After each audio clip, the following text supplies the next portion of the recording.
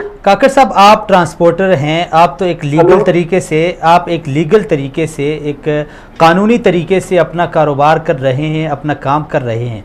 और ये जो माफिया है जो गैर कानूनी तरीके से इल्लीगल तरीके से इस तरह का कदम उठाते हैं, जो आप क्या समझते हैं इससे यहाँ के लोग जो लीगल तरीके से कारोबार कर रहे हैं उनका कारोबार भी तो मुतासर हो रहा होगा, उनकी मईशत को भी तो नुकसान पहुँच रहा होगा?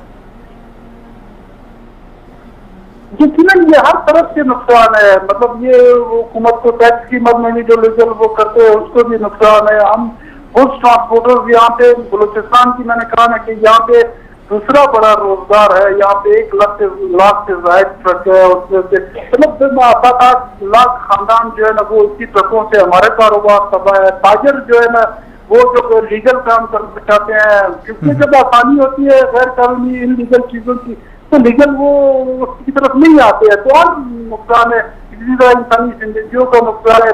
जितना बलूचिस्तान का वो है, आप रिकॉर्ड उठा ले वहाँ पे समझ के सबसे ज्यादा आसपास जो है ना वो उन बसों की वजह से होते हैं। 95% आसपास में एक फरीक जो होता है वो हमेशा बस होता है। वो किसी कार के साथ टकरा है, वो किसी ट्रैक्टर के साथ टकरा है, वो किसी ट्रक के साथ टकरा है। मतलब एक फरीक सिर्फ बस होता है और पीछे जाके वजूहत यही होती है कि वो जो स्मगलर होते हैं वो समझ के वो गाड़ियों को भगाते हैं, उनको टाइम से जाना होता है चेक पोस्टों को क्रॉस करने का, तो वो सवारियों के ख्याल नहीं करते हैं। तो ना सिर्फ रियासत को, मुल्क को तावान है, लोगों की जिंदगियों को ये नुकसान है। और हमने बारहा हर फोरम के पास उठाते हैं, लेकिन सब अपनी जगह पे देते हैं। अच्छा काकर साहब, बड़ा यानी काकर साहब बड़ी दुख की बात है, एक तरफ ये काम गैर कानूनी है, दूसरी तरफ इंसानी जानों का ज़िया है, इसमें इंसान जल रहे हैं, मर रहे हैं, उनकी ज़िंदगी का ख़ात्मा हो रहा है। दूसरी तरफ मुल्क की सलामती के लिए नुकसान है। आप जैसे लीगल और कानूनी जो ताजर हैं, ट्रांसपोर्टर हैं, उनके लिए नुकसान है। मुकामी लोगों की मईशत इससे तबाह हो रही है। फिर भी यहाँ पे सिक्योरिटी इदारे बेबस हैं।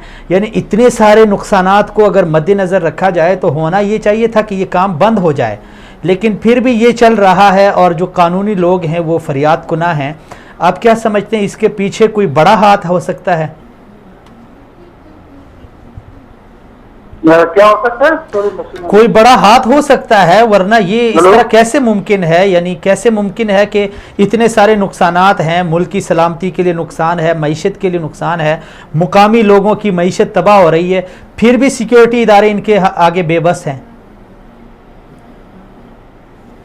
मैंने कहा ना ये सबको नुकसान है और हमने बारहा जितने भी सिक्योरिटी या मुतल्लिका इदारे हैं हमने उनको लिख के किया हुआ है, लेकिन इसके अमल मैंने कहा ना कि इस वजह से नहीं हो रहा है कि वो इन माफिया के आगे मजबूर है। मिसाल के तौर पर किसी भी अजला में कोई भी सिक्योरिटी इदारे का कोई अफसर होता है ना, अगले दिन जब रोड बंद होता है मीडिया पे ये बात होती है तो वो इसके खिलाफ बदतखोरी का जब इल्जाम लगाते हैं तो वो थोड़ा प्रेस हो जाता है। वो अगले दिन उसको आगे भी जवाब देना होता है, समझ के तो वो अपने अफसरान आला के जो है ना उससे अपनी वो पोजीशन बेहतर बनाने के लिए उन्होंने उसको सेफ साइड दिया हुआ है।